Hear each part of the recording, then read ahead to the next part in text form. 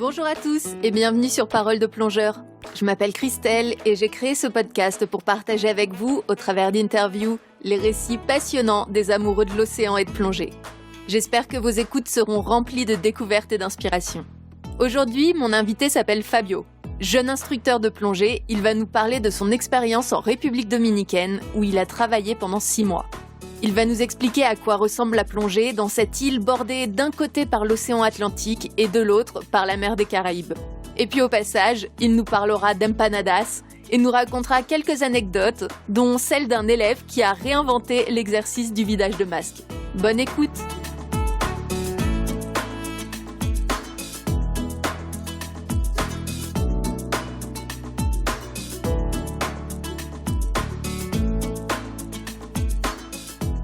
Salut Fabio, comment ça va? Ça va très bien, écoute, très content d'être ici. Moi aussi, je suis très contente de faire cette interview avec toi. Alors, pour remettre en contexte, Fabio et moi, on se connaît déjà. On a passé ensemble notre Dive Master en Sicile il y a quelques années déjà. Après, nos chemins se sont séparés. Donc, Fabio, toi, t'es parti directement en République dominicaine passer ton IDC, c'est-à-dire le cours pour devenir instructeur de plongée. Et tu es resté là-bas pendant 6 mois. Si je me trompe pas, et maintenant tu travailles en Thaïlande. Alors aujourd'hui, j'aimerais que tu nous parles un peu de cette expérience en République dominicaine. Est-ce que tu peux déjà commencer par te présenter et puis nous décrire la situation géographique de cette île? Oui, alors moi c'est Fabio, j'ai 21 ans, je suis instructeur depuis maintenant un peu plus d'1 an. J'ai passé fin février en République dominicaine. Du coup, voilà, la République dominicaine, c'est une île dans les Caraïbes, l'île d'Hispaniola, que la République dominicaine partage avec Haïti. Cette île, elle est située entre Cuba, qui est à l'ouest, et Porto Rico à l'est. J'ai adoré cette île. J'ai fait mon premier voyage en 2010-2011. Avec mes parents, j'étais parti à Samana, à Las Galeras, qui est du coup au nord de l'île, magnifique, mais qui est du coup gorgée par l'océan Atlantique et non les Caraïbes. Et quand j'y suis retourné, travailler et passer mon IDC à Bayahibe, qui est du coup un petit village de pêcheurs dans le sud. Pas très connu parce que bien sûr quand on pense à la République dominicaine, de suite on pense à Punta Cana, voilà, qui est la destination préférée des touristes, la station balnéaire de la République dominicaine, et bien sûr avec la capitale Saint-Domingue, très très très jolie ville. Est-ce que tu pourrais nous en dire plus sur la répartition des centres de plongée en République dominicaine, sur la situation de Bayahibe?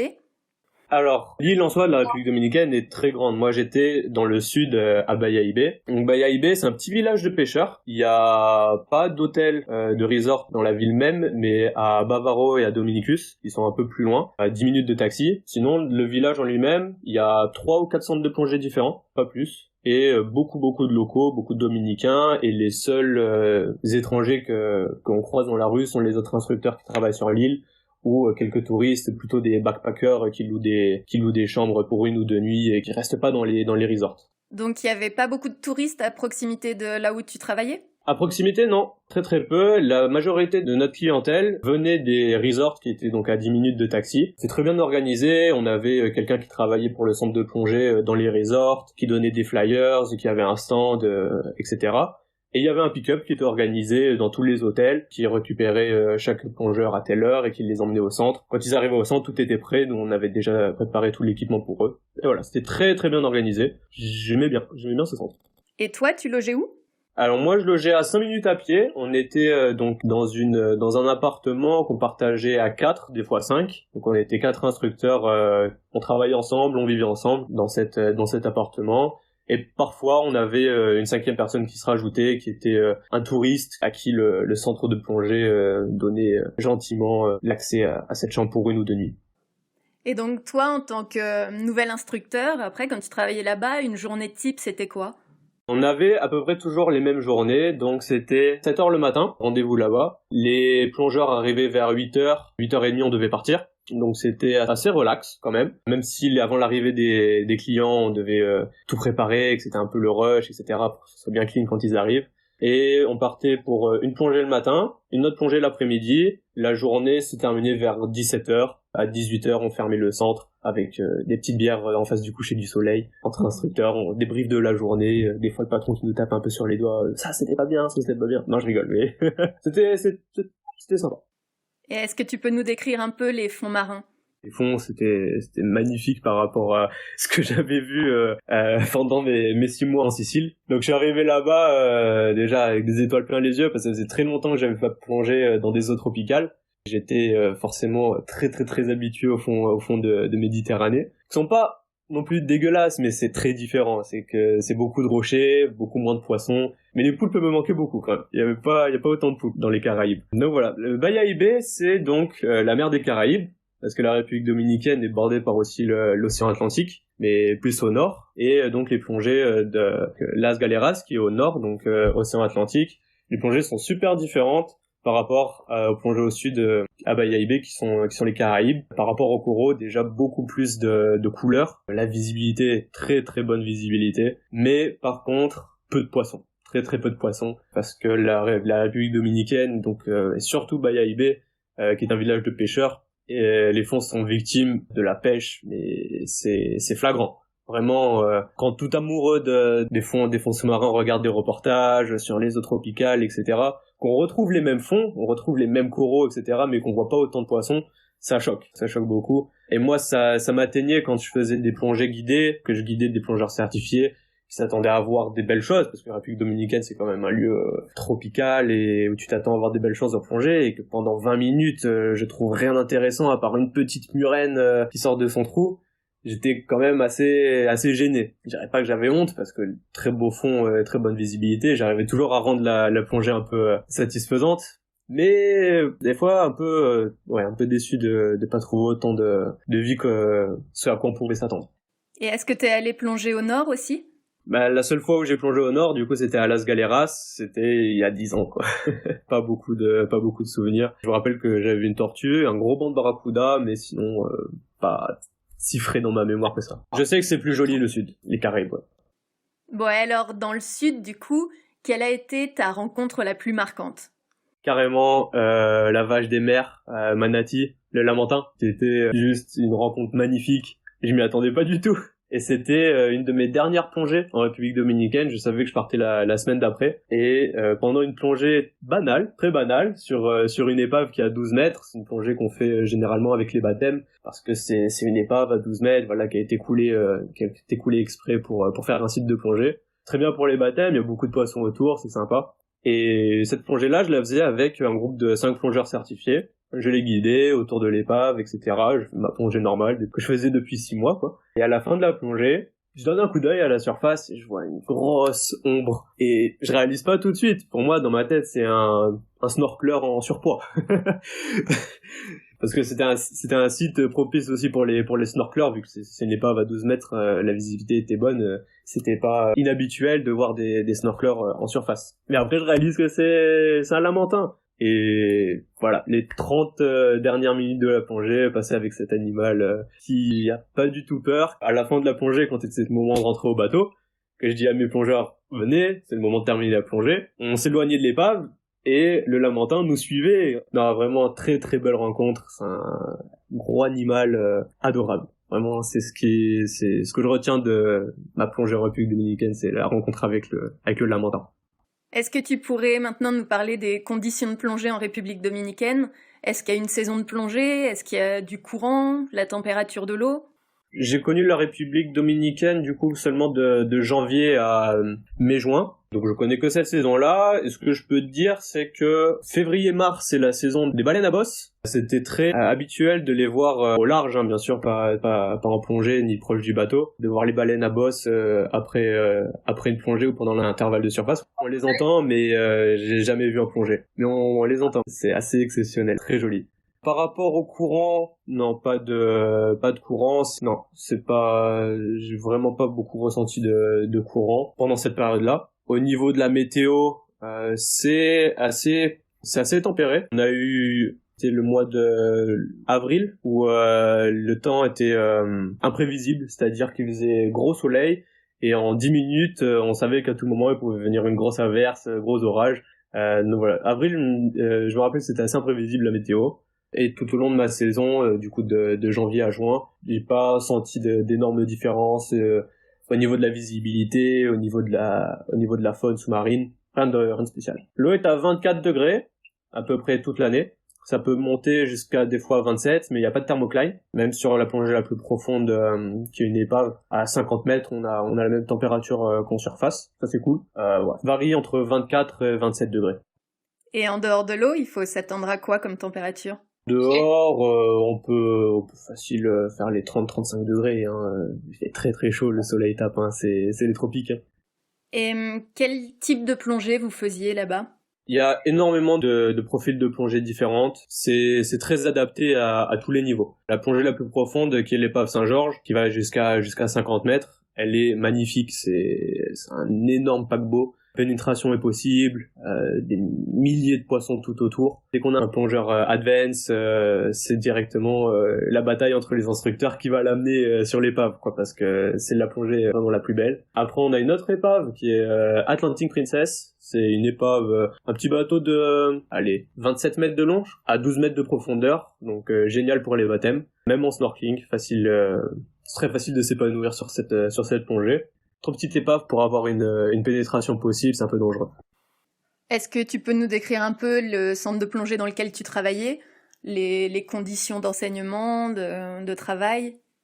Le centre de plongée est situé en bord de mer, donc quasiment sur la plage, et on avait un petit espace de milieu protégé où on pouvait faire donc tout l'exercice de la confine à 2 minutes du centre de plongée, où les conditions étaient vraiment idéales, très peu profondes, pas de vagues, pas de courant, une bonne visibilité. C'est aussi bien que d'être dans une piscine, mais c'est de l'eau salée. Donc ça c'était très bien pour la confine, pour faire les exercices du DSD avant d'aller plonger avec le bateau. Des conditions vraiment idéales pour enseigner, et je parle en tant qu'instructeur, mais je pense aussi pour les élèves, c'est très très très pratique. Et du coup, c'était pas du tourisme de masse, vous accueilliez pas des flots de touristes tous les jours? Si, spécialement en février, où là c'est les vacances en France. La clientèle française est très très très présente en République dominicaine. Je tournais à 10 baptêmes par jour. Mais alors du coup, les bateaux, quel type de bateau c'était? Est-ce que vous vous retrouviez pas sur des sites qui étaient bondés de monde, plein de bateaux? Les bateaux pouvaient accueillir 20 plongeurs maximum. On a beaucoup de sites de plongée différents. À chaque fois, on se mettait d'accord pour choisir un site où il n'y avait pas déjà un bateau. Ce sont des récifs vraiment très très longs, qui sont sur des kilomètres et des kilomètres. Et donc, il y a des bouées à chaque endroit du récif où les bateaux peuvent s'accrocher. Donc, si on veut aller sur ce récif-là, on peut aller mouiller sur une bouée qui est plus lointaine que s'il y a déjà un bateau. Alors, en tant que nouvel instructeur, vu que tu venais d'être diplômé, il y a pas mal de choses qui étaient nouvelles. Est-ce que il y a une anecdote qui t'a particulièrement marqué et que tu voudrais nous raconter? Oui, alors j'ai une bonne anecdote sur un élève roumain que j'ai eu, un open water, qui au moment de l'exercice de vider le masque, m'a fait une technique assez spéciale. Donc je lui démontre l'exercice, comment vider l'eau de son masque, donc en soufflant par le nez. Et quand c'est son tour, je vois donc remplir son masque d'eau, et je vois l'eau du masque, le niveau de l'eau descendre, mais pas de bulles. Arrivé en surface, je lui demande mais comment est-ce que t'as vidé ton masque? Il me dit bah j'ai aspiré l'eau avec le nez. Et c'était sa technique, voilà, pour vider le masque. Écoute, je lui ai posé beaucoup de questions. Pour moi, c'était assez exceptionnel. Je lui ai dit mais ça te fait pas mal, ça te dérange pas? Il fait, non, ça se passe très bien. Très choqué. Mais bon, après je lui ai dit, bah écoute, pour moi, tu sais vider ton masque, t'as ta propre technique, mais bon, tu sais vider ton masque, pour moi, c'est validé. Et voilà, il vidait, et quand c'était masque, donc totalement rempli d'eau, il a fait la même chose, il a aspiré toute l'eau par le nez. Ça m'a bien marqué, ça. Tu as vu des requins ou pas en République dominicaine? Non, pas du tout. Vraiment, le manatee, ça reste la chose la plus jolie que j'ai vue là-bas, la plus rare aussi. Pas de requins là où j'étais. Voilà, j'ai plongé 6 mois là-bas, j'ai fait à peu près 500 plongées en République dominicaine, j'ai pas vu de requins. Ah, je faisais de la chasse au poisson-lion. En République dominicaine, donc dans les Caraïbes, le poisson lion, c'est le seul poisson qui est autorisé à être chassé donc en plongée bouteille, parce que la chasse sous-marine en bouteille est totalement interdite. Une fois par semaine, en fin de journée, avant de fermer le centre, on allait donc chasser le poisson lion. Donc moi, je ne maniais pas l'arme. Mais j'allais avec les 2 instructeurs qui étaient eux des professionnels de l'harpon et de la chasse. J'allais repérer les poissons lions pour eux et après ils les chassaient. Voilà, le poisson lion qui est du coup dans les Caraïbes une espèce invasive. Elle n'a pas sa place ici. C'est une espèce qui se trouve généralement dans l'océan Indien. Et ici dans les Caraïbes, elle n'a pas de prédateur naturel. Et ça fait un gros dégât dans la chaîne alimentaire et sur la biodiversité. C'est pour ça qu'il est autorisé d'être chassé dans les Caraïbes.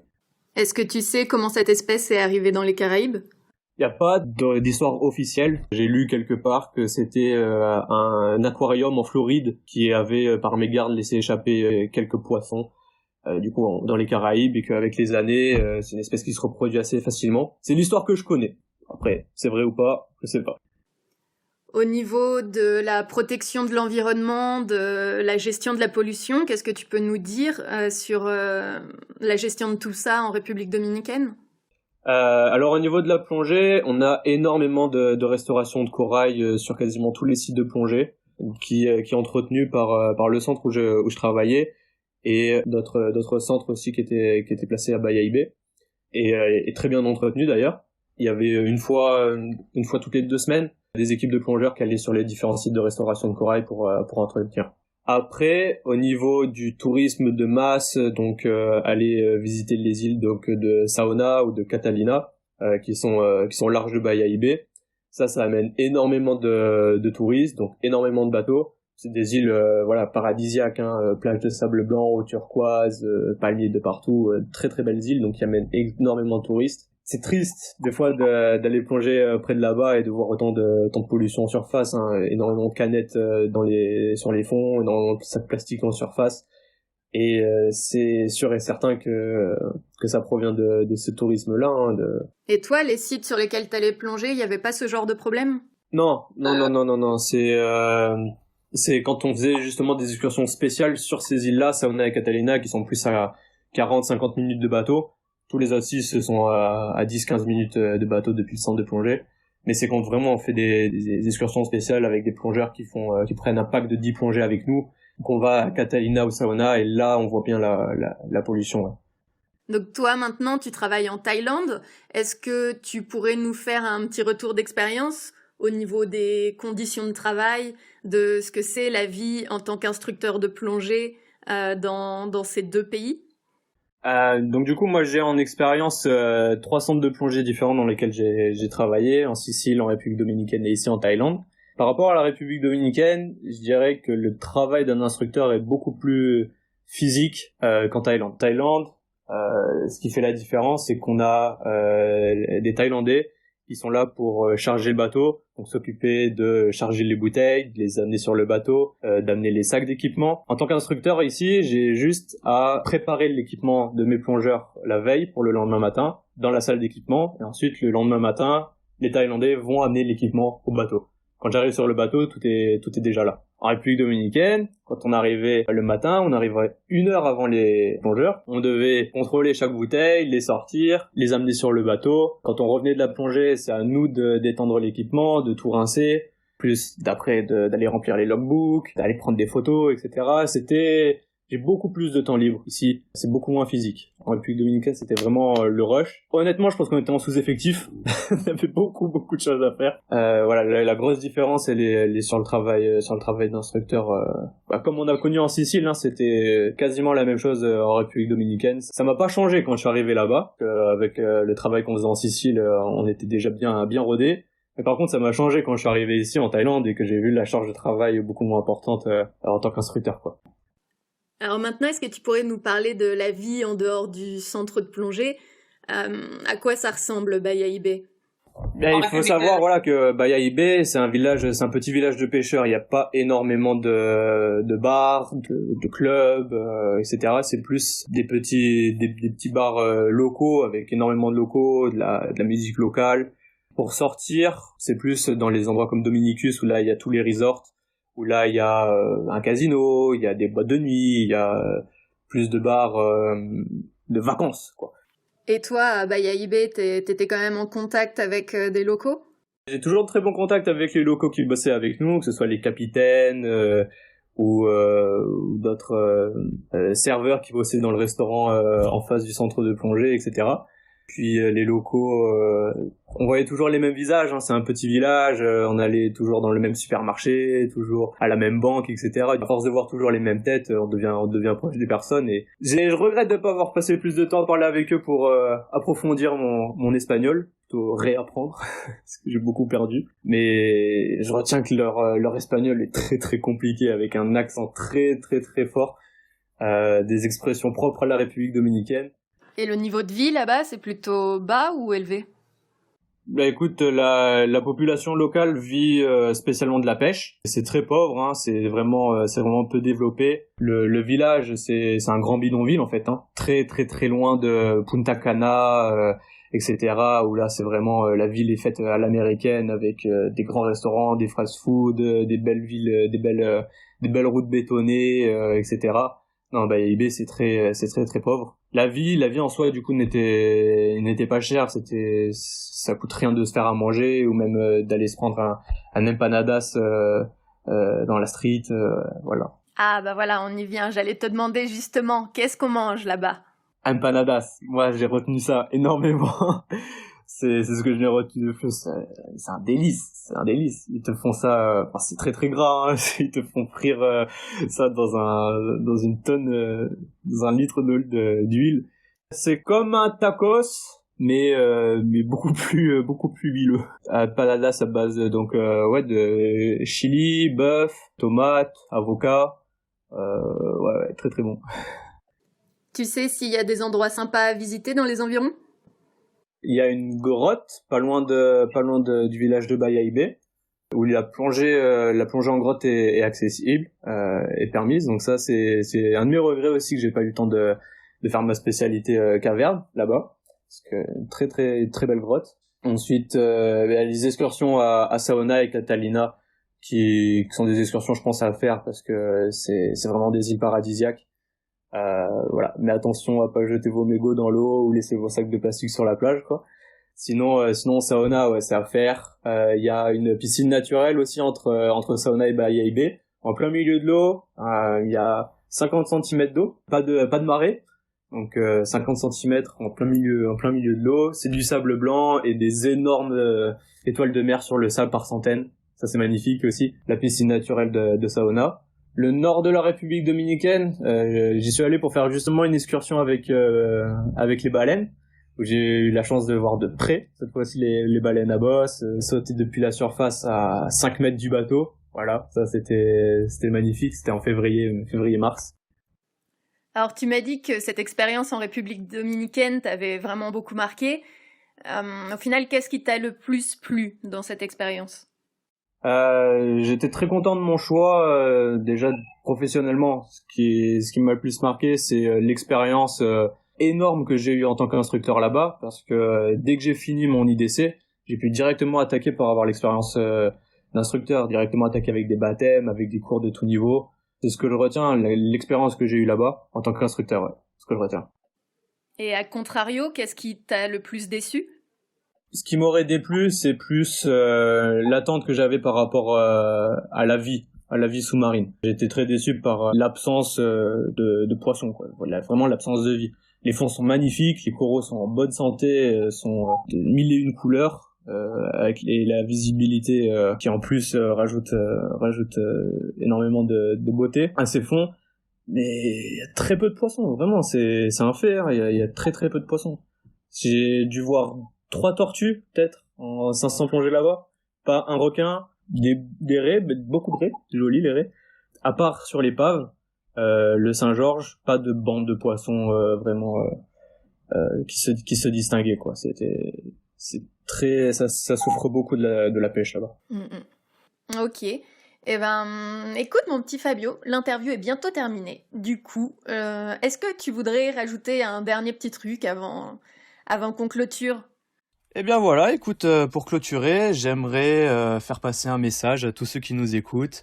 et vous inviter à repartir voyager, repartir en vacances et à repartir plonger le plus tôt possible. Mais avant tout, prenez soin de vous et de vos proches. Voilà. Merci beaucoup Fabio.